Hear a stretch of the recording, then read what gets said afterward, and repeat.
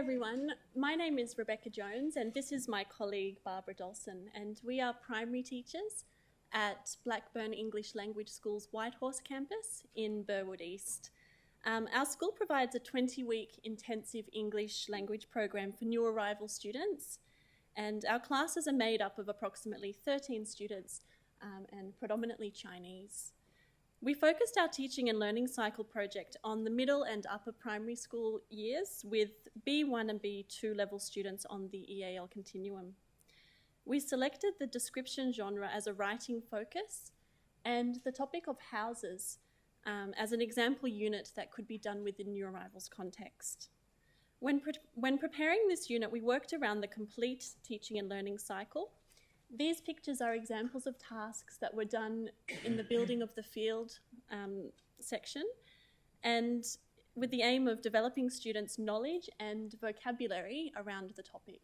So lots of speaking and listening and vocabulary labelling activities in that section. We're going to share how we taught one stage of the teaching and learning cycle, learning about the genre. We developed learning intentions and success criteria relevant for our students' language level.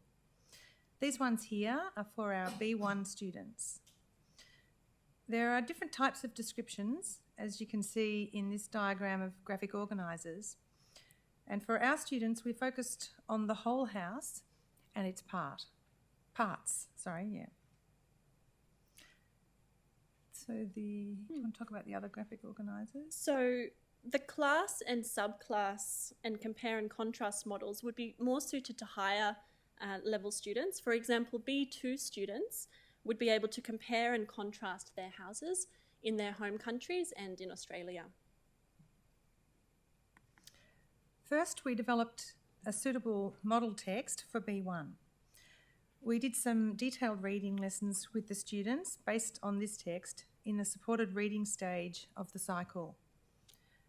Once the students were familiar with the text, we deconstructed it. The students cut it up into sentences and in pairs organised the text under the provided headings. We chose to concentrate on introduction, characteristics and evaluation as the stages of the genre. We explicitly pointed out how the text is organised in terms of the typical stages of a description. Within the characteristics stage, we drew students' attention to how the paragraphs were organised into outside and inside the house.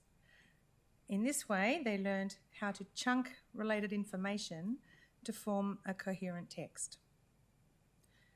Following the task, students were able to explain how the text was organised and use the language of the genre.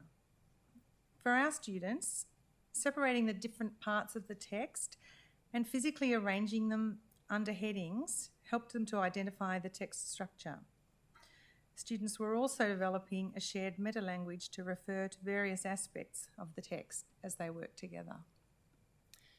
So we found students were really engaged with this task, and within the supported writing cycle, they were able to contribute their ideas more confidently. And we did find, however, that one of the challenges is creating a model text that is accessible for our students' levels and needs.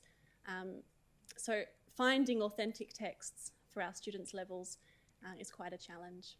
And then writing our own presented another challenge, because you think it's going to be easy, even for a B1 level student, and you find that you're complicating things with all sorts of things. So it's a challenge to write your own texts, even simple ones. Following the supported writing stage, students were asked to construct their own texts. I know this is not, we're supposed to be going through our learning about the genre, but I just thought you might like to see the final results from some of the students. These are examples of B1 students working their independent use of the genre once they had completed all stages. Having just started at the beginning stages with labelling a diagram. So we also drew pictures of their houses, and we asked students to do floor plans and build the field and in preparation for their writing. I hope that our unit, once it's up online, is useful to you. We feel it could be adapted to many different content areas and not just appropriate for B1 stage students either. We thought obviously A stages it would be well suited to, and depending on the complexity and your language levels, we hope it's of use to you when we complete it. Thank you. Thank you very much. Thanks.